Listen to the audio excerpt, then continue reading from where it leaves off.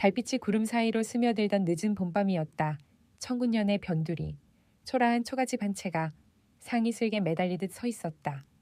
바람이 스산히 불며 지붕의 짚을 흔들었고 창틈으로 새어들어온 바람이 등불에 불꽃을 떨게 했다. 그 안에서 한 선비가 마른 기침을 삼켰다. 이름은 윤진인진, 젊으나 가난했고 세상은 그를 재주만 남은 선비라 불렀다. 그의 곁에는 앙상한 손으로 약탕기를 붙잡고 있는 여인이 있었다. 윤진의 아내, 이름은 혜연하이 주한이었다. 여보, 이제 약값 걱정은 마시오. 윤진은 억지로 웃으며 말했다. 그러나 그 말 끝에 혜연의 입가에서 미세한 피가 번졌다. 그녀는 손수건으로 피를 닦으며 희미하게 웃었다. 이 약만 다 먹으면 나아질 거예요. 율랑. 그녀의 목소리가 바람에 섞여 사라질 때 윤진은 주먹을 쥐었다. 방 구석에는 더 이상 팔 물건도 남지 않았다. 책 몇 권, 낡은 붓 몇 자루뿐. 그는 하늘을 올려다보며 속으로 중얼거렸다. 어찌하면 좋단 말인가. 그때였다. 문 밖에서 누군가 급히 외쳤다. 선비님 혹시 윤진 선생님 댁이오. 윤진은 놀라 문을 열었다. 달빛 아래 서 있는 사내는 낯선 복색의 하인이었다. 허리에 매단 표식에는 울령부 윤링후라는 글자가 새겨져 있었다. 저는 울령부에서 온 사람입니다. 우리 부인마님께서 선비님의 글을 보시고 직접 모셔오라 하셨습니다. 윤진의 눈이 커졌다. 울령부라면 천군현에서도 이름난 대저택, 조정의 고관이 머물던 가문이었다. 서책을 정리할 선비를 찾고 계시다 하옵니다. 지금이라도 가실 수 있다면 바로 모시고 오라 하셨습니다. 윤진은 잠시 망설였으나 곧 혜연에게 달려갔다. 여보, 드디어 길이 열렸어. 이제 약값 걱정은 하지 않아도 될 거요. 혜연은 힘없이 고개를 끄덕이며 미소 지었다. 윤랑, 몸은 조심하세요. 울령부라면 좋지 않은 소문이 있던 곳이에요. 그녀의 말은 바람에 묻혀 사라졌다. 윤진은 아내의 손을 꼭 잡았다. 걱정 마오. 며칠만 다녀오겠소. 새벽녘, 윤진은 낡은 도포를 여미고 울령부로 향했다. 길가의 버드나무 잎이 이슬에 젖어 반짝였고 멀리서 까마귀가 울었다. 울령부로 가는 길은 이상하게도 조용했다. 논밭도, 개 짖는 소리도 들리지 않았다. 오직 바람에 실린 향내만이 은근히 코끝을 스쳤다. 길끝에 다다랐을 때 커다란 돌문이 눈앞에 나타났다. 기와 지붕의 처마가 달빛을 받아 푸른빛을 띄었고 문 위에는 율링푸라 새겨진 현판이 걸려 있었다. 하인이 문을 열었다. 이리 오시지요. 윤진이 발을 들이는 순간 그는 설명할 수 없는 기운을 느꼈다. 차갑고 묘한 냄새, 그리고 오래된 숨결이 대문 안에 감돌고 있었다. 마당을 지나자 여인들의 울음소리가 들렸다. 그 소리는 바람보다 얇았고 마치 비단이 찢어지는 듯했다. 윤진은 본능적으로 발걸음을 멈췄다. 마님, 진정하십시오. 서방님께서 허망이 떠나셨으니. 하인이 낮게 말했다. 저분은 윤가 부인의 며느리 되십니다. 남편이 달포 전에 급사하여 아직도 매일같이 재단에 오시지요. 윤진은 고개를 끄덕였다. 그러나 그 순간 멀리에서 또 다른 여인의 모습이 눈에 들어왔다. 검은 저고리 차림의 젊은 여인이었다. 그녀는 재단 뒤편에서 향을 갈고 있었다. 그녀의 눈빛이 잠시 윤진을 스쳤다. 그 짧은 눈맞춤 속에 윤진은 알 수 없는 불안을 느꼈다. 그녀의 이름은 연월 얀괴이라 했다. 새로 들어온 시녀로 부인의 명을 받아 며느리를 돌보고 있다고 했다. 그러나 그녀의 눈빛은 단순한 시녀의 그것이 아니었다. 깊고 어딘가 결의가 서려 있었다. 윤진은 스스로에게 중얼거렸다. 묘한 여인이군. 잠시 뒤 하인이 그를 안채로 이끌었다. 커다란 병풍 뒤에서 윤가 부인이 나타났다. 그녀는 은빛머리 장식을 꽂은 품격 있는 여인이었으나 그 눈빛엔 예리한 서늘함이 있었다. 젊은 나이에 문장이 뛰어나다 들었습니다. 윤진은 고개를 숙였다. 과찬이 옵니다. 우리 집 서재에 오래된 책들이 너무 많습니다. 정리해 주시면 되지요. 대신 한 가지 조건이 있습니다. 윤진은 고개를 들었다. 조건이라면. 서재에는 낮에 들어가면 안 됩니다. 오직 해가 진 뒤에만. 그리고 창고는 절대 열어서는 안 됩니다. 예. 그건 내 남편의 유품이 들어있는 곳이라. 부디 명심하세요. 그녀의 말투는 부드러웠으나 그 안엔 어떤 강요와 위협이 뒤섞여 있었다. 윤진은 잠시 망설였지만 병든 아내의 얼굴이 떠오르자 고개를 끄덕였다. 명심하겠나이다. 그날 밤 윤지는 울령부의 서재 앞에 섰다. 문살 사이로 달빛이 스며들며 먼지가 반짝였다. 문을 열자 오래된 종이 냄새와 약초 향이 한데 섞여 흘러나왔다. 벽에는 비방서 애미 방슈들이 줄지어 있었다. 혈음초의 효능 등 평범한 선비의 손에 들어올 수 없는 책들이었다. 그는 조심스럽게 책을 펼쳤다. 묘한 문양의 그림이 눈에 들어왔다. 마치 피로 그려진 듯한 붉은 꽃 문양이었다. 그때 등불이 흔들렸다. 바람 한 점 없는데 불꽃이 휘청였다. 윤진의 손끝이 떨렸다. 그 순간 누군가 그의 귓가에 속삭였다. 들어오셨군요. 윤진은 번쩍 뒤를 돌아봤다. 아무도 없었다. 하지만 등불 뒤 창호지 너머로 누군가의 그림자가 비쳤다. 그는 천천히 창문을 열었다. 달빛 아래 멀찍이 서 있는 여인이 있었다. 바로 그날 낮에 보았던 연월이었다. 그녀는 그를 똑바로 바라보았다. 그리고 아주 느리게 고개를 숙였다. 선비님, 이 집에 오신 것을 후회하지 않으시길 바랍니다. 그녀의 음성이 바람에 흩어지며 사라졌다. 윤지는 순간 소름이 돋았다. 그때 등불이 꺼졌다. 어둠 속에서 윤지는 달빛만을 바라보았다. 그리고 알 수 없는 예감이 마음을 파고들었다. 이곳에서의 일들이 내 인생을 바꿀 것이다. 그는 서재 문을 닫으며 속삭였다. 울령부, 도대체 무슨 집이란 말인가? 창밖의 달빛이 서재의 기와 위를 스치며 흘러갔다. 바람이 다시 불었고 그 바람 사이로 여인의 낮은 울음소리가 들려왔다. 그 울음이 어디서부터 시작된 것인지 혹은 누구의 것인지 그는 끝내 알지 못했다. 다만 그 순간부터 그의 운명은 이미 울령부의 그림자 속으로 빨려들고 있었던 것이다. 그날 밤 달빛은 유난히 붉었다. 마치 하늘이 누군가의 피를 기억하고 있는 듯이. 달빛이 다시 하늘을 가득 채운 밤이었다. 울령부의 정원에는 물소리조차 들리지 않았고 매와 향만이 희미하게 떠돌았다. 윤지는 서재 앞에 서 있었다. 어제의 불빛이 아직 벽에 남은 듯 문살마다 은은한 빛의 자국이 번져 있었다. 그는 조심스레 손을 내밀었다. 문이 삐걱 소리를 내며 열렸다. 서재 안은 여전히 어둠에 잠겨 있었다. 등불을 켜자 오래된 서책의 그림자가 벽을 기어올랐다. 책들은 그 자체로 생명체처럼 숨을 쉬고 있었다. 묵은 냄새, 약초의 향, 그리고 어딘가 모르게 피비린 듯한 기운이 섞여 있었다. 그때 누군가가 조용히 뒤에서 속삭였다. 오늘은 일찍 오셨군요. 윤 선비님. 놀라 돌아보니 서재의 기둥 곁에 연월이 서 있었다. 그녀는 검은 비단옷을 입고 있었고 손에는 새 등불을 들고 있었다. 이 밤중에 여긴 무슨 일입니까? 마님께서 서책의 먼지를 털라 하셨습니다. 선비님이 오신 줄은 몰랐습니다. 윤지는 그녀를 바라보았다. 희미한 불빛이 그녀의 눈동자에 반사되어 흔들렸다. 그 눈 속에는 두려움과 슬픔이 동시에 있었다. 이 집은 참 이상하오. 이상하다니요. 밤이 되면 모든 것이 숨을 쉬는 듯하오. 책장도, 바람도, 심지어 사람의 그림자까지. 연월은 잠시 침묵하다가 말했다. 이 집은 낮보다 밤이 진실합니다. 그녀의 말에 윤지는 말문을 잃었다.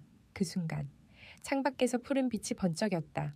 달빛이 구름 사이를 헤집고 들어와 책장 사이를 비추었다. 그 빛 아래 붉은 끈 하나가 바닥에 떨어져 있었다. 윤진이 허리를 굽혀 그것을 집으려는 순간 연월의 손이 그의 손목을 덮었다. 그건 만지지 마세요. 그녀의 손끝은 차가웠다. 하지만 그 안에는 절박한 떨림이 있었다. 왜 그러시오? 이건 단순한 끈이 아닙니다. 한때 이 집을 뒤흔든 피의 흔적이니까요. 윤진의 눈이 커졌다. 무슨 뜻이요? 아직 말씀드릴 수 없습니다. 하지만 언젠가 모든 게 드러나겠지요. 그녀는 붉은 끈을 품속에 감췄다. 그리고 한 걸음 물러서며 덧붙였다. 선비님, 낮에는 절대 이곳에 오지 마세요. 그때는 이 집의 그림자가 깨어납니다. 며칠 뒤, 윤지는 낮 동안에도 서재 주변을 어슬렁거렸다. 문틈으로 들어오는 햇빛이 금빛으로 번졌지만 그 안쪽은 여전히 어두웠다. 그때 하인 둘이 마당을 지나가며 수긍거렸다. 도련님이 죽은 서재가 적이라지 그렇다네. 혼이 아직도 떠돈다더군. 윤진의 이마에 땀이 맺혔다. 그는 속으로 중얼거렸다. 혼이라, 그럼 연월이 말한 그림자가 그것인가. 그날 밤 그는 다시 서재로 들어갔다. 달빛이 바닥에 길게 드리워져 있었다. 그 위로 먼지가 천천히 흩날렸다. 윤지는 책을 정리하며 생각했다. 운영부의 비밀은 책 속에 있다. 그는 손끝으로 한 권의 고서를 꺼냈다. 혈음초시에인 저의 조제법 표지에는 피처럼 붉은 문양이 새겨져 있었다. 책장을 넘기자 희미한 붉은 얼룩이 보였다. 마치 누군가가 피 묻은 손으로 넘긴 듯했다.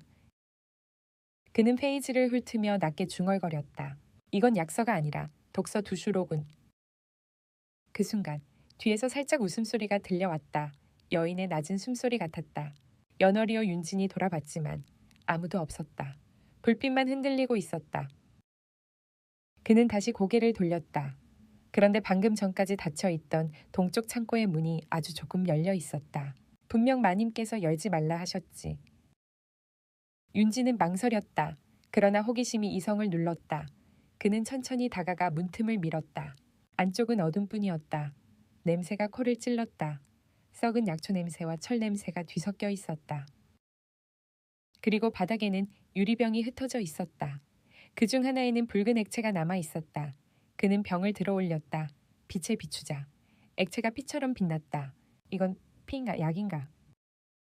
그 순간 뒤에서 목소리가 들려왔다. 그건 생명단 생명단입니다. 윤진이 돌아보니 연월이 서 있었다. 그녀의 얼굴은 창백했고 눈빛은 떨리고 있었다. 생명단이라니 사람을 살리는 약이기도 하고 천천히 죽이는 독이기도 하지요. 무슨 말이요? 그 약으로 이 집의 도련님이 죽었습니다. 그리고 그 약이 지금 선비님의 아내께도 전해졌습니다. 윤진의 손에서 유리병이 떨어졌다. 바닥에 부딪히며 깨지는 소리가 서재에 울려 퍼졌다. 뭐라고 했소? 제가 직접 보았습니다. 울령부에서 내려가는 약자에 그중 일부가 청군현 약방을 통해 팔렸습니다. 그곳에서 선비님의 아내 혜연이 약을 샀지요. 윤진의 얼굴이 창백해졌다. 그는 벽을 붙잡고 겨우 몸을 지탱했다. 그럼 내 아내는 아직 늦지 않았습니다. 연월이 다급히 말했다. 하지만 서두르셔야 합니다. 생명단은 3번을 먹으면 약이지만 4번째는 독이 됩니다. 윤지는 눈을 감았다. 그의 귀에는 혜연의 기침소리가 들리는 듯했다. 그녀의 미소, 창백한 손끝, 그리고 마지막으로 남긴 말이 떠올랐다. 이 약만 다 먹으면 나아질 거예요. 윤지는 이를 악물었다. 도대체 누가 이런 짓을 한 것이오? 연월은 고개를 숙였다. 그건 마님과 관련이 있습니다. 융아 부인 말이오. 예, 하지만 증거가 아직 없습니다. 그녀는 품속에서 낡은 봉투 하나를 꺼냈다. 그 안에는 오래된 서찰 한 장이 있었다. 붉은 봉인으로 봉해져 있었다. 운명 비전의 제칠방은 사람의 피를 요구한다. 그 문장을 보는 순간 윤진의 등골이 얼어붙었다. 이건 도대체 울령부의 비방서입니다. 마님이 직접 관리하시죠. 그 약의 효력은 오직 사람의 피로 완성된다고 합니다. 윤진은 치를 떨었다. 그럼 내 아내의 병도 그 약 때문이었단 말이오. 그럴 가능성이 높습니다. 마님은 오래전부터 약의 완성을 위해 사람을 희생시켜 왔습니다. 그때 문 밖에서 발소리가 들렸다. 연월이 급히 윤진의 손을 잡았다. 제발 아무 말씀도 하지 마세요. 문이 열리고 윤가 부인이 들어왔다. 그녀는 평소와 다름없는 미소를 띠고 있었다. 선비님, 일은 잘 되고 있나요? 예. 곧 끝날 듯합니다. 그럼 다행이네요. 이 집은 밤이 길고 달빛이 깊어 외롭지요. 그녀는 윤진의 어깨를 가볍게 두드렸다. 그리고 붉은 약봉지 하나를 책상 위에 올려놓았다. 이건 우리 집의 보약이에요. 피로가 쌓였을 테니 한 첩 드시지요. 윤진은 그 약봉지를 바라보았다. 봉투 끝에 붉은 실이 감겨 있었다. 그것은 조금 전 연월이 감추었던 것과 같은 끈이었다. 융아 부인이 나가자 연월이 낮게 말했다. 보셨죠? 그 끈이 바로 생명단의 표식입니다. 그러면 예, 마님이 직접 그 약을 만들었습니다. 윤지는 주먹을 움켜쥐었다. 달빛이 서재의 바닥을 비추며 두 사람의 그림자가 길게 겹쳐졌다. 그때 멀리서 종소리가 울렸다. 밤이 더 깊어졌다. 연월은 창밖을 바라보며 말했다.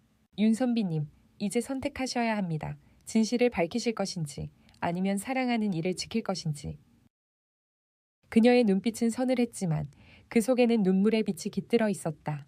윤지는 아무 대답도 하지 못했다. 다만 달빛 아래 서서 조용히 붉은 약봉지를 내려다볼 뿐이었다. 그날 밤 나는 두려움보다 더 깊은 것을 보았다. 그것은 사랑이었고 동시에 죄였다. 서재의 등불이 꺼지고 오직 달빛만이 종이창을 스쳤다. 윤지는 붉은 약봉지를 손에 쥔 채 한참 동안 움직이지 못했다. 등 뒤에서 연월의 숨소리가 희미하게 들렸다. 선비님, 이제 아시겠지요? 그녀의 목소리는 낮았지만 단호했다. 윤지는 고개를 끄덕였다. 그렇다면 이제 어떻게 해야 하오? 마님이 감추고 있는 창고를 열어야 합니다. 거기에 모든 답이 있습니다. 윤진의 눈빛이 흔들렸다. 하지만 부인이 그 문만큼은 절대 열지 말라 하셨소. 그래서 더 열어야 합니다. 그 문이야말로 이 집의 진짜 심장이니까요. 그녀의 말이 끝나기도 전에 밖에서 까마귀 한 마리가 울었다. 달빛이 구름에 가려지며 방 안이 어둠에 잠겼다. 그날 밤 윤지는 잠을 이루지 못했다. 방에 누워 눈을 감으면 아내 혜연의 창백한 얼굴이 떠올랐다. 그녀의 미소. 그리고 이 약만 다 먹으면 나을 거예요. 그 말이 머릿속을 떠나지 않았다. 그 약은 독이었단 말인가. 그는 자리에서 일어나 등불을 들었다. 울령부의 복도는 길고 바닥은 차가웠다. 바람이 새어들며 종이문이 흔들렸다. 윤지는 발끝으로 조심스럽게 서재 쪽으로 걸었다. 복도 끝. 동쪽 벽 아래에 창고의 문이 있었다. 낡은 자물쇠가 달린 두꺼운 문. 그 문 너머에서 희미한 약향이 새어나왔다. 그 향은 어딘가 익숙했다. 청소년 약방에서 풍겨오던 아내의 약향기였다. 윤진의 손이 문고리를 향했다. 그 순간 뒤에서 낮은 목소리가 들렸다. 지금 여시면 안 됩니다. 연월이었다. 그녀는 숨을 몰아쉬며 다가왔다. 마님이 아직 깨어 계십니다. 이 시간에 문을 여셨다간 모든 것이 끝입니다. 하지만 내 아내의 목숨이 달렸소. 그래서 제가 돕는 겁니다. 조금만 기다려주세요. 내일 밤 마님이 의식을 올리러 사당에 가실 겁니다. 그때가 기회입니다. 윤지는 잠시 그녀를 바라보다 고개를 끄덕였다. 좋소. 내일 밤이요. 다음 날 울령부는 유난히 조용했다. 융아 부인은 검은 상복 차림으로 사당으로 향했고 하인들은 모두 그 뒤를 따랐다. 달이 구름 사이에서 떠오를 때쯤 연월이 서재 앞에서 윤진을 기다리고 있었다. 그녀의 손에는 열쇠가 들려 있었다. 이 열쇠는 마님이 직접 간직하던 겁니다. 오늘 낮에 틈을 봐서 훔쳐냈습니다. 윤지는 숨을 삼켰다. 정말 괜찮겠소. 지금 아니면 기회는 없습니다. 두 사람은 서재 안으로 들어섰다. 창고 앞에 다다르자 연월이 열쇠를 꽂았다. 철컥 무거운 쇠소리가 울렸다. 문이 천천히 열렸다. 냄새가 코를 찔렀다. 약초 냄새, 피 냄새, 그리고 썩은 향의 혼합. 방 안에는 수십 개의 병과 약첩이 가지런히 놓여 있었다. 그중 몇몇은 붉은 비단으로 봉해져 있었다. 윤지는 등불을 들고 방 안을 비추었다. 벽에는 이상한 글씨가 새겨져 있었다. 생명단을 완성하려면 3번의 피가 필요하다. 그 문장을 읽는 순간 윤진의 손에서 등불이 흔들렸다. 3번의 피라니, 첫 번째는 병자의 피, 두 번째는 약을 지은 자의 피, 세 번째는 사랑하는 이의 피. 연월의 음성이 떨렸다. 윤지는 그녀를 바라봤다. 그럼 이 약은 사람의 생명을 담보로 만들어진단 말이오. 예, 그래서 마님은 늘 누군가의 병을 원했습니다. 병자가 있어야 피를 얻을 수 있으니까요. 윤지는 치를 떨었다. 그럼 내 아내도 그분은 3번째 대상이었을지도 모릅니다. 그 말에 윤지는 서재 바닥에 주저앉았다. 심장이 쿵쿵 뛰었다. 달빛이 방 안으로 들어와 붉은 병들 위를 비쳤다. 그 빛은 마치 피가 끓어오르는 듯 붉게 번졌다. 그때 문 밖에서 발자국 소리가 들려왔다. 연월이 재빨리 등불을 끄며 속삭였다. 누군가 옵니다. 숨어요. 윤지는 서책더미 뒤로 몸을 숨겼다. 문이 열리고 융아 부인의 목소리가 들려왔다. 이 밤중에 누가 서재를 건드렸지. 그녀는 조심스레 안으로 들어왔다. 손에는 붉은 등불이 들려 있었다. 그 불빛이 창고를 비추자 바닥에 흩어진 열쇠와 약첩이 드러났다. 누가 이거를... 그녀의 눈빛이 번뜩였다. 바로 그 순간 윤진이 발을 헛디뎌 작은 병을 건드렸다. 챙삭 소리와 함께 병이 깨졌다. 부인이 고개를 돌렸다. 거기 누구요? 윤진은 서책 뒤에서 나왔다. 죄송하오. 마님. 책 정리를 하다. 그녀는 윤진을 똑바로 바라보았다. 그 시선 속에는 분노와 두려움이 함께 있었다. 선비님, 이 문은 열지 말라 했을 텐데요. 제가 잘못했습니다. 다만 이 약의 정체를 알고 싶었습니다. 그녀의 표정이 일그러졌다. 남의 집 일을 캐묻는 것은 예의가 아니지요. 윤진이 한 발 다가섰다. 이 약으로 내 아내가 죽어가고 있어. 마님, 이건 우연이 아닙니다. 융아 부인의 눈빛이 잠시 흔들렸다. 그러나 곧 싸늘하게 식었다. 그대의 아내라. 그건 어쩌면 하늘의 뜻일지도 모르겠네요. 그 말에 윤진의 분노가 폭발했다. 하늘의 뜻이라니. 그대는 사람의 피를 약재로 쓰고 있지 않소. 입 조심하세요, 선비님. 부인의 목소리가 낮아졌다. 이 집의 비방은 수백 년을 이어온 가문의 업입니다. 누구도 건드릴 수 없어요. 그녀는 창고로 다가가 붉은 병 하나를 들어 올렸다. 이건 단순한 약이 아닙니다. 생명을 다시 불러오는 신의 약이지요. 그 대가로 다른 생명을 앗아가면서 말이오. 윤가 부인은 대답하지 않았다. 그녀는 병을 조심스럽게 내려놓고 윤진을 바라봤다. 윤선비, 당신은 이제 이 집의 비밀을 보았습니다. 그 말은 곧 당신도 이 비밀의 일부가 되었다는 뜻이지요. 그 말과 함께 복도 저편에서 발소리가 들려왔다. 검은 옷을 입은 사내들이 그림자처럼 다가왔다. 그들의 손에는 칼이 들려 있었다. 잡아요. 융아 부인의 명령이 떨어졌다. 연월이 재빨리 윤진의 손을 잡았다. 이쪽이에요. 두 사람은 서재 뒤편의 좁은 문으로 달려나갔다. 바람이 얼굴을 스쳤다. 뒤에서는 발소리와 외침이 뒤엉켰다. 저들을 놓치지 마라. 연월이 숨을 몰아쉬며 속삭였다. 이제 도망치셔야 합니다.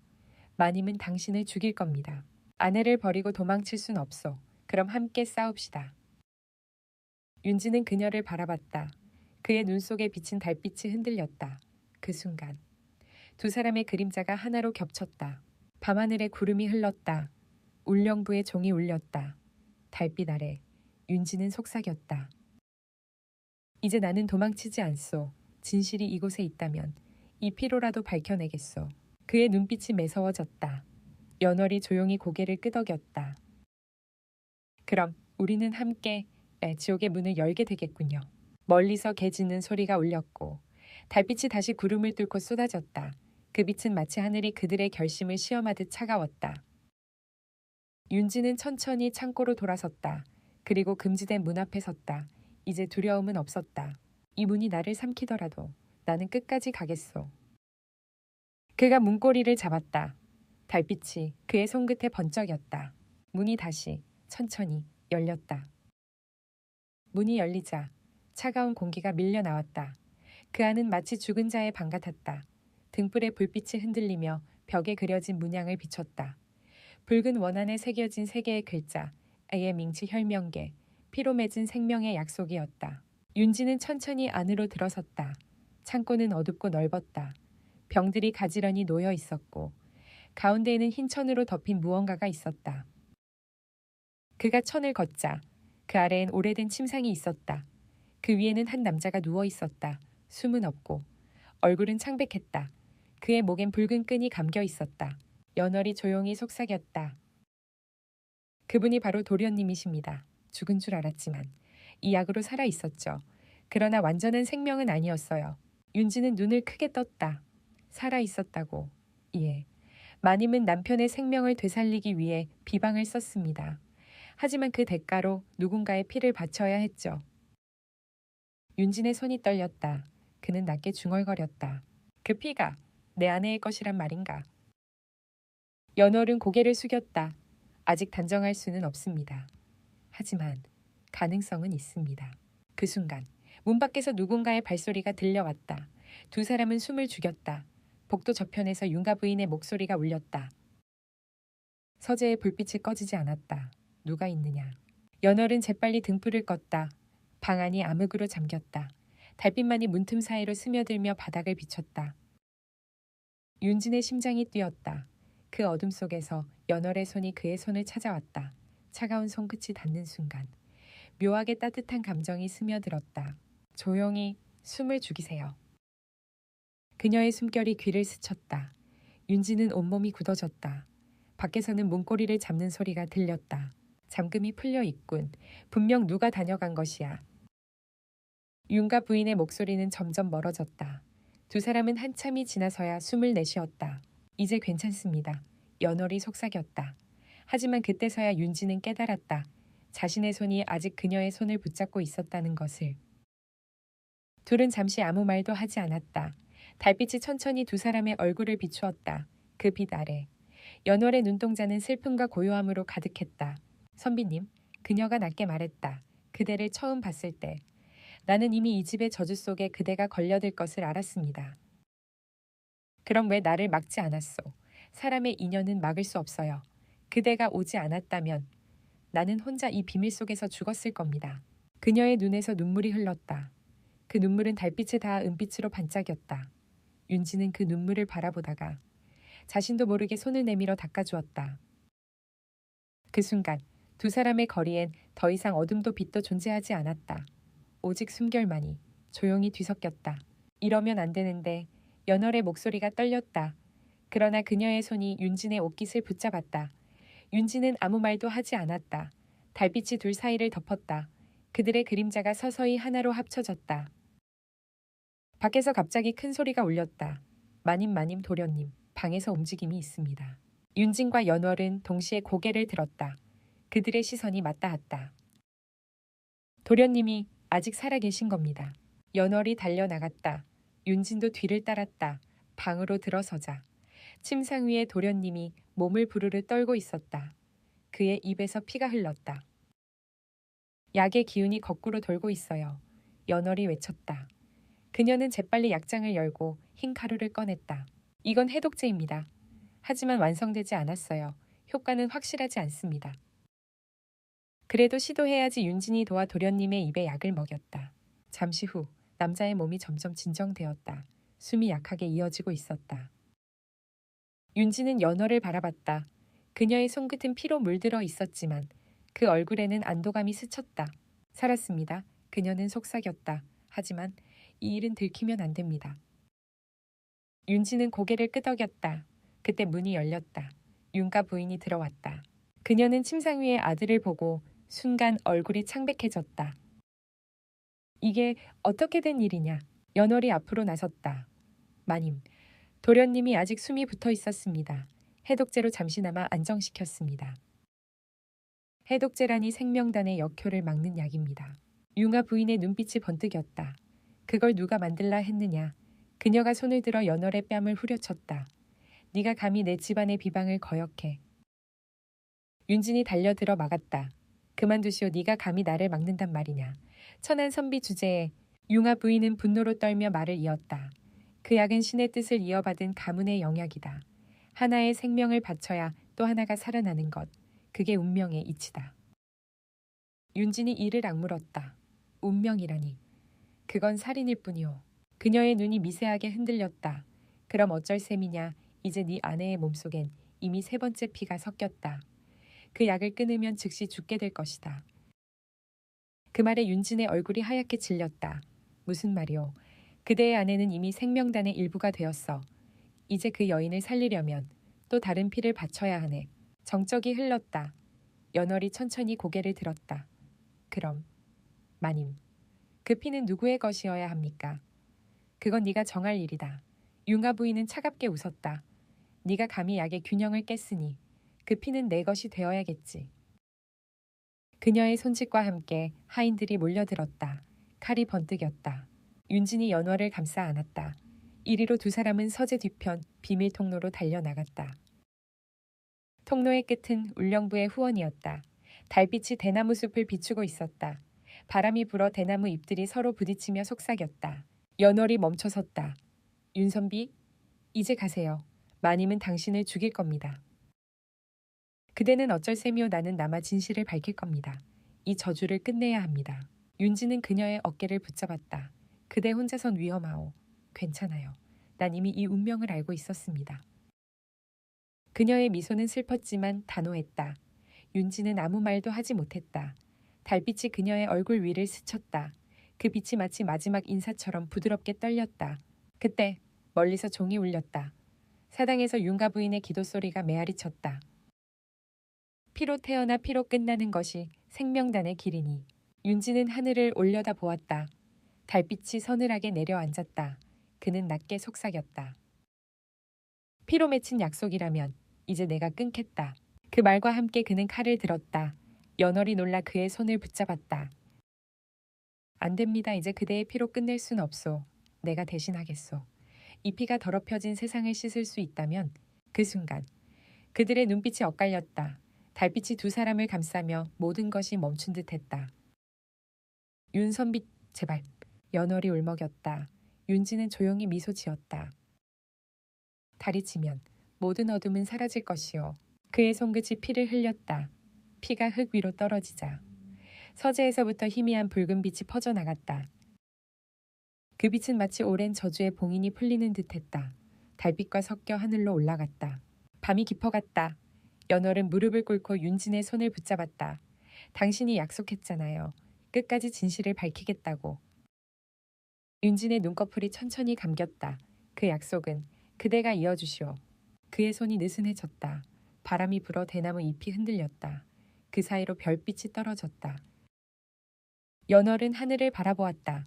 달이 아직 지지 않았다. 그녀의 눈에서 눈물이 흘렀다. 달이 지면 어둠도 사라진다. 그대의 말이 틀리지 않았네요. 바람 속에서 윤진의 목소리가 희미하게 메아리쳤다. 연월, 진실을 밝히시오. 그녀는 고개를 숙였다. 그 순간 울령부의 종이 마지막으로 울렸다. 저택 전체가 달빛 아래 숨을 멈춘 듯 고요했다. 그리고 그 밤 누구도 몰랐다. 달빛이 사라진 뒤 어떤 운명이 그들을 기다리고 있을지. 새벽의 달빛이 점점 희미해질 무렵 울령부의 정원에는 차가운 바람만이 남아 있었다.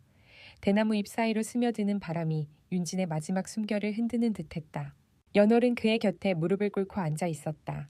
손끝이 차갑게 식은 그의 손을 꼭 쥐고 있었다. 윤선비, 약속을 잊지 않을게요.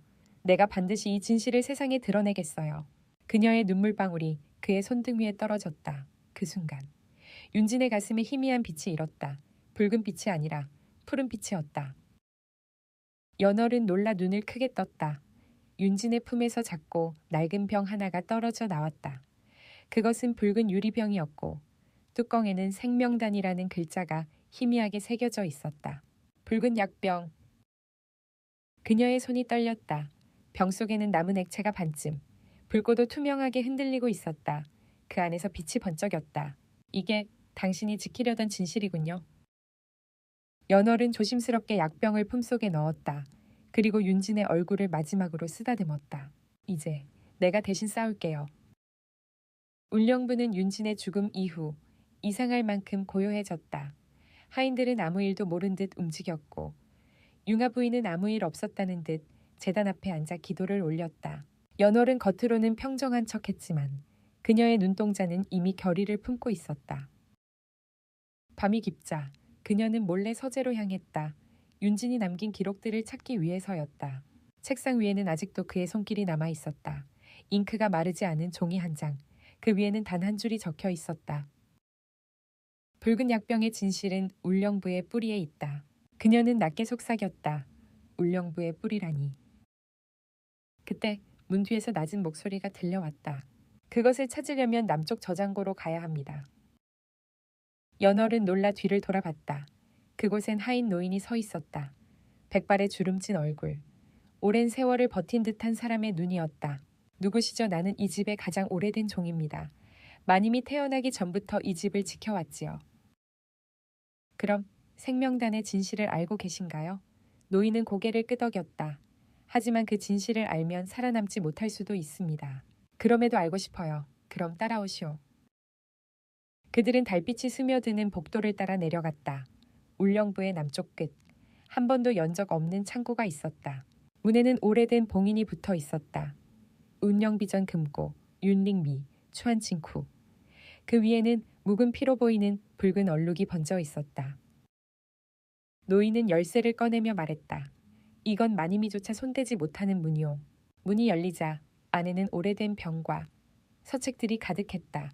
그리고 중앙에는 커다란 약조제대가 있었다. 그 위에 놓인 붉은 약병 하나가 유난히 빛났다. 연월은 천천히 다가갔다. 그 병은 윤진이 남긴 것과 똑같았다. 하지만 그 아래엔 또 다른 문장이 새겨져 있었다.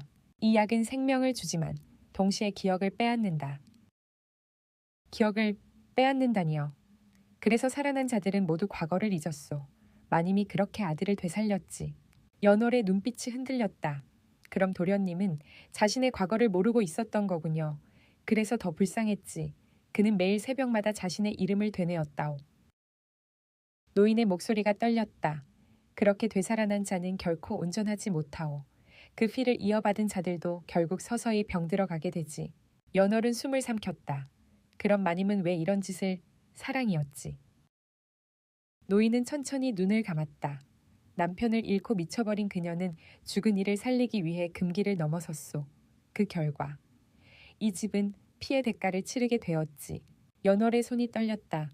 그럼 윤진의 아내 혜연도 그녀는 그 약의 마지막 실험 대상이었지. 그 말에 연월은 눈을 감았다. 분노와 슬픔이 뒤섞였다. 모든 걸 끝내야겠어요. 노인은 고개를 끄덕였다. 그러면 이걸 가져가시오. 그는 낡은 서책 한 권을 내밀었다. 울령비전 제7장 해독법. 이건 마님이 감추어둔 해독의 비방이오. 하지만 완전한 것은 아니지. 마지막 한 문장이 지워져 있소.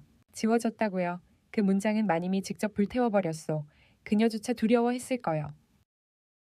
연월은 서책을 품에 안았다. 그녀의 눈빛이 강해졌다. 그 문장, 내가 찾아내겠어요. 그날 밤, 융아 부인은 사당에서 제를 올리고 있었다. 도련님의 병세가 다시 악화된 탓에 그녀는 신에게 빌고 또 빌었다. 신이시여, 내 아들을 거두지 마소서. 그대가 원하신다면 또 한 번의 피도 바치겠나이다. 그 순간 문이 열렸다. 연월이 나타났다. 이제 그만두세요. 마님, 부인의 얼굴이 일그러졌다. 네가 감히 여길 들어와. 당신의 사랑이 이 집을 망쳤습니다. 생명다는 생명을 주지 않습니다. 단지 죄를 되살릴 뿐이에요. 죄라니 내가 한 건 사랑이야. 융아 부인의 목소리가 떨렸다. 나는 단지 그를 살리고 싶었을 뿐이야. 연월이 한 걸음 다가섰다. 그럼 왜 무고한 사람들의 피를 바쳤습니까? 왜 혜연을, 왜 윤진을 죽였습니까? 부인은 미친 듯이 웃었다.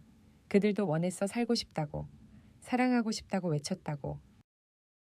그건 거짓이에요. 연월은 붉은 약병을 꺼냈다. 이게 그 증거입니다. 부인의 웃음이 멎었다. 그건 윤진이 자신의 피로 봉인한 마지막 약이에요. 이 안에 모든 진실이 담겨 있습니다. 연월이 약병을 들어올렸다. 빛이 방 안을 가득 채웠다. 그 빛 속에서 그림자 하나가 서서히 형체를 드러냈다. 그것은 윤진이었다. 푸른빛으로 빛나는 그의 형상은 조용히 두 사람을 바라보고 있었다. 진실은 피로 감춰질 수 없다. 그의 목소리가 울려 퍼졌다. 융아 부인은 비명을 질렀다. 그럴 리가 없어. 넌 죽었어. 죽지 않았소. 마님, 당신의 약이 나를 살렸지. 하지만 그 약이 이제 당신을 삼킬 것이오. 그의 말이 끝나자 붉은 약병이 깨지며 빛이 폭발했다. 붉은 안개가 사당을 덮었다. 융아 부인은 비틀거리며 쓰러졌다. 그녀의 손끝이 피로 물들었다. 이건 내 업보구나. 그녀의 목소리가 점점 희미해졌다. 윤진의 형상도, 붉은 빛도 함께 사라졌다. 사당에는 오직 연월만이 남아 있었다. 새벽이 밝아오고 있었다. 울령부의 하늘 위로 새들이 날았다. 연월은 서재 앞에 서 있었다. 윤진이 남긴 서책을 조용히 열었다. 그 안에는 윤진의 마지막 글이 적혀 있었다. 진실은 피보다 깊다. 누군가는 그 피를 마주해야 한다. 그리고 그 피를 용서해야 한다. 연월은 눈을 감았다. 바람이 그녀의 머리칼을 스쳤다. 그래요, 선비님. 당신이 못다한 일을 내가 마치겠어요. 그녀는 서책과 약병의 파편을 함께 묻었다. 그리고 마지막으로 속삭였다. 이제 울령부의 저주는 끝났습니다. 멀리서 아침 종이 울렸다. 빛이 정원에 스며들며 어둠을 밀어냈다. 그 빛 아래 연월의 눈물은 더 이상 슬픔이 아니었다. 그것은 끝이 아닌 새로운 시작의 빛이었다. 새벽의 햇살이 울령부의 담장을 넘어들 때 긴 어둠이 서서히 사라지고 있었다.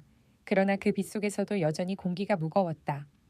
붉은 안개의 흔적이 남은 사당은 마치 누군가의 한숨이 깃든 듯 서늘한 기운을 품고 있었다. 연월은 무너진 제단 앞에 홀로 앉아 있었다. 융아 부인의 시신은 이미 싸늘하게 식어 있었고 그 손에선 붉은 약병의 조각이 흩어져 있었다. 끝났어요, 마님. 당신의 사랑도 저주도. 연월의 목소리는 낮았지만 단호했다. 그녀의 얼굴에는 피와 재가 뒤섞여 있었다. 그러나 그 눈빛만큼은 맑았다. 그녀는 천천히 몸을 일으켰다. 사당의 문을 열자. 아침 바람이 밀려들며 오래된 향내를 밀어냈다. 먼 하늘 끝에서 까마귀 한 마리가 울었다. 그날 오후 청운현의 관가로 급보가 전해졌다. 울령부의 주인 윤가 부인이 숨졌다는 소식이었다. 조정의 관리들이 급히 파견되었다. 그들은 울령부의 서재와 창고를 조사하며 이상한 약병 수십 개와 서책을 발견했다. 이것이 바로 생명단이라 부르는 약이오. 그렇소. 그러나 그 안에는 피가 섞여 있었소. 관찰사 최공이 얼굴을 찡그리며 말했다. 사람의 피라니. 참담한 일이로군. 연월은 관청마당에서 그 말을 듣고 있었다. 그녀는 이미 모든 사실을 기록한 윤진의 노트를 관께 제출했다. 이 기록이 진실을 증명할 겁니다. 생명단은 생명을 구한 약이 아니라 생명을 빼앗은 독이었어요. 관리는 노트를 펼쳐 읽었다. 거기에는 윤진의 필체로 이렇게 적혀 있었다. 사랑이 탐욕으로 변하면 신의 뜻을 넘본다. 그 순간 약은 독이 된다. 관리는 깊은 한숨을 내쉬었다. 선비 윤진. 그는 이미 세상을 떠났다 했지에 제 눈앞에서. 그러나 그분의 뜻은 남아 있습니다. 연월은 조용히 고개를 숙였다. 그녀의 머리카락 사이로 햇살이 비쳤다. 그 빛이 윤진의 글 위를 스치며 반짝였다. 며칠 뒤 조정에서는 울령부 사건의 전모를 밝히기 위한 특별조사가 시작되었다. 울령부의 창고에서 발견된 문서에는 비약을 조정의 권신들에게 납품하라는 지시문이 적혀 있었다. 즉, 생명단은 단순한 가문의 비밀이 아니라 조정 고위층의 권력 다툼에 이용된 독약이었다. 이건 단순한 가정의 비극이 아니오. 조정 전체를 뒤흔들 음모여. 관찰사 최공의 말에 모든 관리들이 침묵했다. 연월은 그 자리에 서 있었다. 그녀의 눈동자는 차갑게 빛났다. 윤가 부인은 도구였을 뿐이에요. 이 약을 만든 진짜 배우가 있습니다. 배우라면 조정의 비밀 연약소 에리안 여수오. 20년 전 제 아버지와 윤선비의 장인이 그곳의 진실을 밝히려다 독살당했습니다. 관찰사 최공이 놀란 눈으로 그녀를 바라봤다. 그럼 그대는 바로 그 의원의 따님이었단 말이오. 예, 이름을 버리고 연월이라 불렸습니다. 그날 이후로 이 모든 진실을 밝히기 위해 살았어요. 그녀의 말은 조용했지만 칼날 같아 닿다.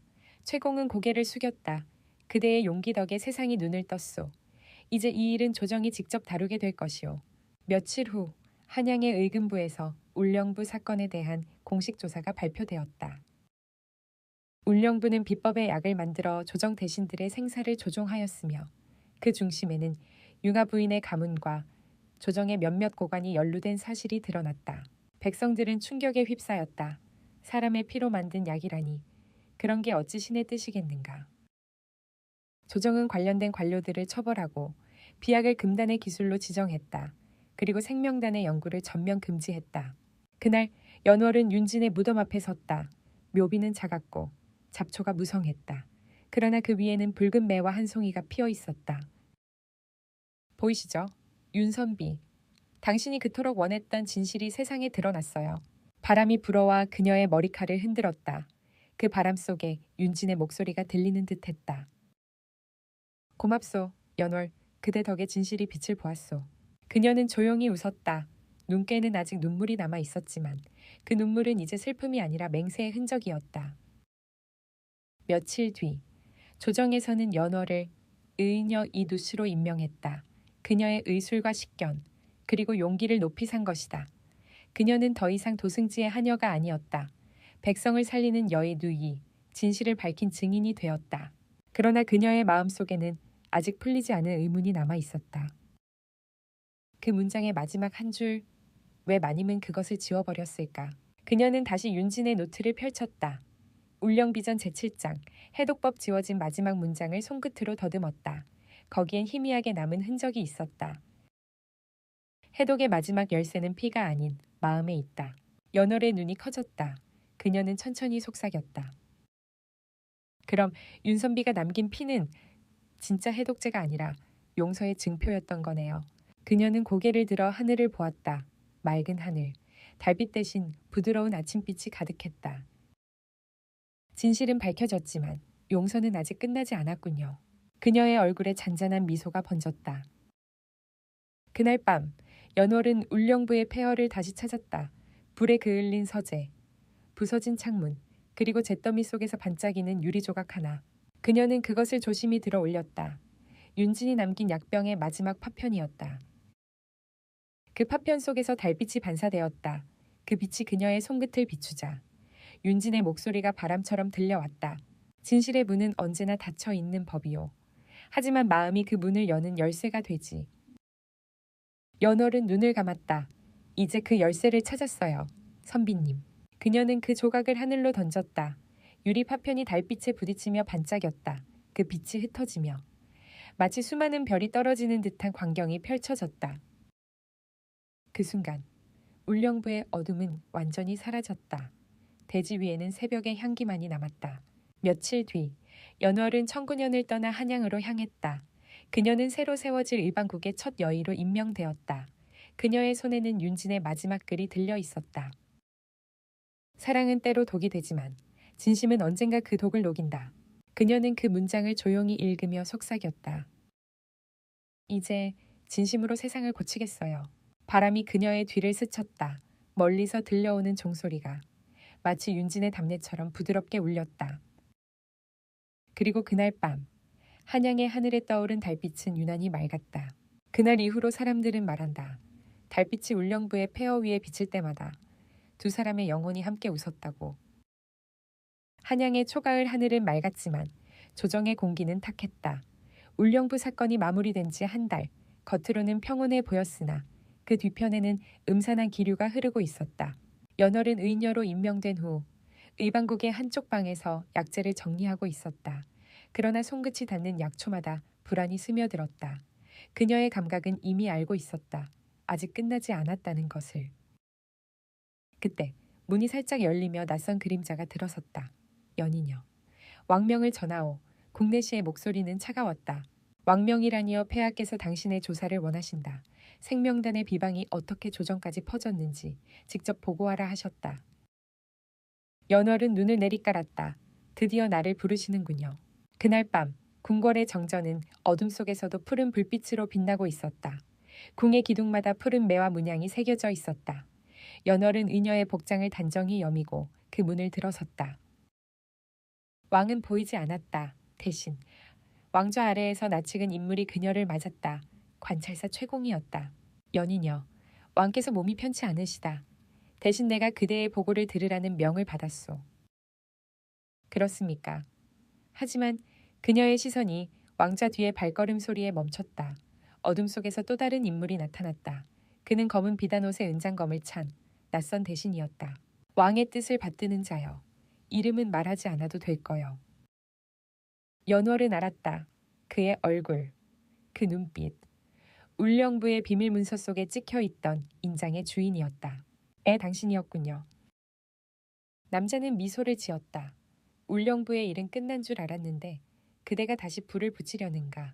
당신이 만든 비약으로 수많은 이가 죽었습니다. 윤진도, 윤가 부인도, 그리고 그들의 가족도. 희생이라 불러야겠지. 그의 목소리는 부드럽고도 잔혹했다. 권력에는 항상 피가 따른다. 그 피 위에서만 새로운 세상이 세워지니까. 연월은 주먹을 움켜쥐었다. 그건 새 세상이 아니라 지옥이에요. 그 순간 남자의 눈빛이 차갑게 빛났다. 그럼 그대도 그 지옥의 일부가 되어보라. 그의 손짓과 함께 그림자들이 움직였다. 검은 복장을 한 자객들이 사방에서 나타났다. 그들은 칼을 뽑아들고 연월을 포위했다. 연월은 한 발자국 물러서며 손목에 작은 침통을 꺼냈다. 울령부의 하녀가 이제는 의녀라 불리지만 손끝의 침은 여전히 목숨을 겨누지요. 그녀는 침 하나를 던졌다. 공중에서 번쩍. 은빛이 번쩍이며 한 자객의 손목을 꿰뚫었다. 크. 다른 자객들이 일제히 달려들었다. 연월은 몸을 낮추며 회피했다. 그녀의 침이 바람을 가르며 날아갔다. 그러나 숫자가 너무 많았다. 칼끝이 어깨를 스쳤고 피가 흘렀다. 그녀의 호흡이 거칠어졌다. 끝내고 싶지 않소. 진실을 말하시오. 그러나 남자는 웃었다. 진실이라. 진실은 살아남은 자의 것이지. 그의 손짓의 자객 하나가 뒤에서 연월의 팔을 붙잡았다. 칼끝이 그녀의 목에 닿았다. 이제 생명단의 비방은 영원히 사라질 것이다. 그리고 그 약의 원형은 왕의 손에 들어가겠지. 그 순간 문 밖에서 외침이 들려왔다. 멈추시오. 모두의 시선이 돌아갔다. 그 문을 열고 들어온 이는 의금부의 관리들이었다. 그들 앞에 선 사람은 관찰사 최공이었다. 폐하의 명이라며 거짓을 말했군. 왕은 이미 그대의 죄를 아시고 이 자리에 보내셨다. 남자의 얼굴이 굳었다.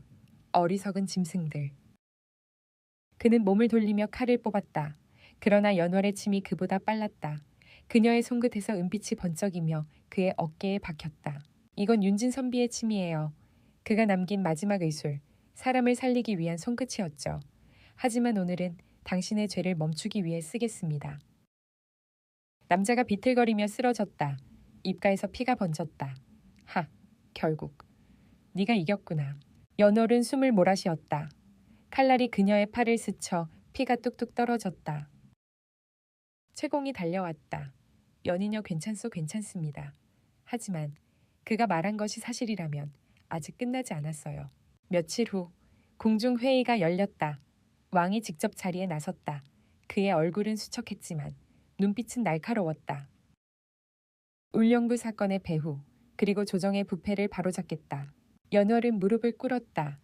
전하, 이 모든 것은 한 사람의 희생으로 밝혀졌습니다. 윤진 선비의 뜻이었습니다. 왕은 고개를 끄덕였다. 그의 이름을 역적이 아닌 의인으로 기록하라. 그 말이 떨어지자 궁전 안에 묘한 정적이 흘렀다. 연월의 눈에서 눈물이 흘렀다. 이제야 그분의 이름이 빛을 되찾았군요. 그날 밤 연월은 궁궐의 연못께 홀로 서 있었다. 바람이 부드럽게 수면 위를 스쳤다. 연못 속 달빛이 일렁이며 윤진의 얼굴처럼 흔들렸다. 그녀는 조용히 입을 열었다. 선비님, 우리가 이겼어요. 진실이 당신의 이름으로 세상에 드러났어요. 그 순간 바람이 불어와 물결 위에 작은 빛이 피어올랐다. 그 빛은 마치 윤진의 혼이 미소 짓는 듯했다. 고생했소. 연월, 이제 그대의 길을 가시오. 그 목소리가 사라지자 연월은 하늘을 올려다 보았다. 달이 유난히 맑았다. 그녀의 얼굴 위로 달빛이 쏟아졌다. 그로부터 며칠 후 의방국의 문 앞에 작은 상자가 배달되었다. 연월의 이름이 새겨져 있었다. 그녀가 상자를 열자 그 안에는 낡은 침통 하나와 서찰 한 장이 들어 있었다. 연월에게 이 침통은 윤진 선비가 마지막으로 남긴 것입니다. 그가 당신에게 전해달라 했소. 진정한 의술은 피를 먹게 하는 것이 아니라 마음의 상처를 치유하는 것이라 하셨소. 연월의 눈가가 젖었다. 그녀는 침통을 가슴에 안았다. 이제야 선비님의 뜻을 알겠어요. 그녀는 자리에서 일어나 창문을 열었다. 하늘에는 푸른 새벽빛이 퍼지고 있었다. 그날 밤 조정의 비밀 창고가 불탔다. 생명단의 모든 서책과 병이 함께 사라졌다. 불길은 하늘까지 타올랐고 그 빛은 마치 오랜 어둠을 삼키는 듯했다. 그 불길을 멀리서 바라보며 연월은 조용히 속삭였다. 이제 모든 어둠은 끝났어요. 남은 건 생명을 위한 빛뿐이에요. 그녀는 마지막으로 울령부가 있던 방향을 바라봤다. 거기에는 아무것도 남지 않았다. 하지만 그녀의 마음속에는 여전히 윤진의 미소가 있었다. 그 후 사람들은 말했다. 한양의 달빛 아래 의녀 연월이 사람의 피가 아닌 마음으로 병을 고쳤다고. 그리고 그때마다 달빛 속에서 한 선비의 그림자가 그녀를 바라보았다고. 가을이 깊어가고 있었다. 한양의 하늘에는 서늘한 달빛이 흐르고 바람은 여전히 밤마다 울령부의 옛터를 스쳤다. 이제 그곳에는 폐허만 남았지만 사람들은 여전히 속삭였다. 달빛이 내리면 그곳에 두 영혼이 마주 앉아 서로의 이름을 부른다더라. 그날 밤 연월은 홀로 산등성이에 올랐다. 그 아래로는 울령부의 자리가 있었다. 잿빛 돌담과 붉게탄 기와 조각, 그리고 그 사이에서 자라난 들꽃 하나. 그녀는 조심스럽게 꽃잎을 쓰다듬었다. 이 땅도 이제 숨을 쉬는구나. 한때 피와 독이 스며들었던 이곳에 이제는 생명이 돌아온 것이었다. 연월은 그 후로 왕의 명을 받아 의방국의 수인여로 임명되었다. 그녀의 이름은 백성들 사이에서 달빛의 의원이라 불리게 되었다. 병든 자가 찾아오면 그녀는 늘 말했다. 약은 몸을 고치지만 마음은 진심으로만 낫습니다. 그 말은 곧 윤진의 유언과도 같았다. 그녀의 손끝에서 수많은 생명이 되살아났고 그녀의 눈동자는 여전히 달빛이 깃들어 있었다. 그러나 어느 날 궁중의 한 시녀가 급히 달려왔다. 연인녀님 폐하께서 다시 병환이 깊으십니다. 연월은 즉시 왕의 침소로 향했다. 왕의 얼굴은 창백했고 손끝은 차가웠다. 어찌된 일입니까? 이틀 전 누군가 왕께 해로운 약을 올렸다고 합니다. 그녀의 눈이 번쩍였다. 혹시 생명단의 잔재입니까? 모르겠소. 하지만 증세가 그와 흡사하오. 연월은 재빨리 약첩을 확인했다. 그 향, 그 붉은빛, 그 끈 모두 익숙했다. 누군가 다시 그 어둠을 부활시킨 거군요. 그녀는 손가락으로 약재를 집어들었다. 그리고 낮게 중얼거렸다. 윤선비, 이번엔 제가 지키겠습니다. 그녀는 해독제를 만들기 시작했다. 밤새 불빛이 꺼지지 않았다. 불꽃이 흔들릴 때마다 그림자 속에서 윤진의 모습이 떠올랐다. 진심은 언제나 길을 밝히는 등불이 된다. 그의 목소리가 바람처럼 귓가를 스쳤다. 연월은 손을 멈추지 않았다. 새벽이 밝을 무렵 해독제가 완성되었다. 그녀는 왕에게 약을 먹였다. 그리고 간절히 두 손을 모았다. 시간이 흘렀다. 촉각의 떨림, 맥박의 미세한 움직임, 그리고 마침내 왕의 눈이 떴다. 연이녀, 고맙소. 그대의 손끝이 나를 살렸구려. 그녀는 고개를 숙였다. 아닙니다. 전하, 그건 진실을 믿은 분들의 뜻이었습니다. 왕은 잠시 눈을 감았다. 그대의 공으로 조정은 새로워질 것이다. 이제 어둠이 아닌 빛으로 나라를 다스리리라. 연월은 미소 지었다. 그 미소는 눈물과 닮아 있었다. 며칠 뒤 왕은 연월에게 비밀리에 명을 내렸다. 울령부의 옛터에 백성들의 의원을 세우라. 그곳이 더 이상 저주의 땅이 아닌 생명의 터가 되게 하라. 연월은 그 명을 받들었다. 그녀는 그 터 위에 천군의원 칭유이웬이라는 이름을 붙였다. 매화나무를 심고 약초를 재배했다. 그곳에는 가난한 이들이 모여들었고 그녀는 그들을 정성껏 돌봤다. 가끔 밤이 깊어지면 그녀는 약재를 다듬다 창밖을 바라보았다. 달빛이 서재를 비출 때면 항상 한 남자의 그림자가 그녀 곁에 서 있었다. 윤선비, 오늘도 보고 계시죠? 그녀의 목소리에 달빛이 흔들렸다. 바람이 대답하듯 창문을 두드렸다. 어느 겨울밤 눈이 내리고 있었다. 연월은 환자를 돌보느라 지쳐 있었다. 그러나 문득 서재의 문이 열리는 소리가 들렸다. 누구시오? 대답은 없었다. 대신 익숙한 향기가 스며들었다. 그 향은 윤진의 글에서 나는 묵향과 닮아 있었다. 그녀는 천천히 자리에서 일어났다. 달빛이 창문을 가르며 서재 안으로 흘러들었다. 그 빛 속에서 윤진의 형상이 서 있었다. 그대는 여전히 아름답소, 연월. 연월은 숨을 삼켰다. 선비님, 정말 그대입니까? 그대가 약속을 지켜주었소. 그래서 나도 약속을 지키러 왔소. 어떤 약속이요? 윤진은 미소를 지었다. 달빛 아래서 다시 만나겠다는 약속. 그의 손이 연월의 손에 닿았다. 차갑지도 따뜻하지도 않은 온기. 그러나 그 온기에는 세상의 모든 슬픔이 녹아 있었다. 그대 덕에 울령부의 저주가 사라졌소. 이제 그대의 길은 빛뿐이오. 연월의 눈에 눈물이 맺혔다. 선비님, 아직 가지 마세요. 아직 전 그대를 잊지 못했어요. 윤지는 고개를 저었다. 그대는 이미 나를 넘었소. 그대의 손끝이 생명을 잇듯 그대의 마음이 나를 살리고 있소. 그의 모습이 점점 희미해졌다. 달빛이 그를 삼켜가고 있었다. 진심으로 고맙소, 연월. 그 말과 함께 그는 사라졌다. 달빛만이 서재 위에 남았다. 새벽이 오자 연월은 서재 창가에 앉아 있었다. 밤새 내린 눈이 세상을 덮고 있었다. 그녀는 하얀 눈 위에 손가락으로 글자를 썼다. 윤진, 당신의 길을 기억합니다. 그리고 그 위에 작은 붉은 매화를 놓았다. 그 매화는 윤진이 남긴 피와도 같았다. 그러나 그 피는 이제 더 이상 죽음의 상징이 아니었다. 그것은 사랑의 증표였다. 세월이 흘러 사람들은 여전히 달빛의 의원을 찾았다. 병든 몸을 낫게 하기 위해서뿐만 아니라 상처난 마음을 어루만지기 위해서였다. 그리고 그 문 앞에는 언제나 이렇게 적혀 있었다. 진심은 언젠가 길을 밝히는 등불이 된다. 그 문장을 남긴 이는 이미 오래전 세상을 떠난 선비, 윤진이었다. 밤이 찾아오면 청군 의원의 창문엔 두 개의 그림자가 비쳤다. 하나는 여의 연월의 것이었고 다른 하나는 달빛 속 윤진의 것이었다. 그들은 여전히 서로의 곁에 있었다. 사람들은 말한다. 진심으로 누군가를 구한 이의 마음은 죽음조차 이기지 못한다고. 그리고 달빛 아래서 속삭인 약속은 천년이 지나도 사라지지 않는다고.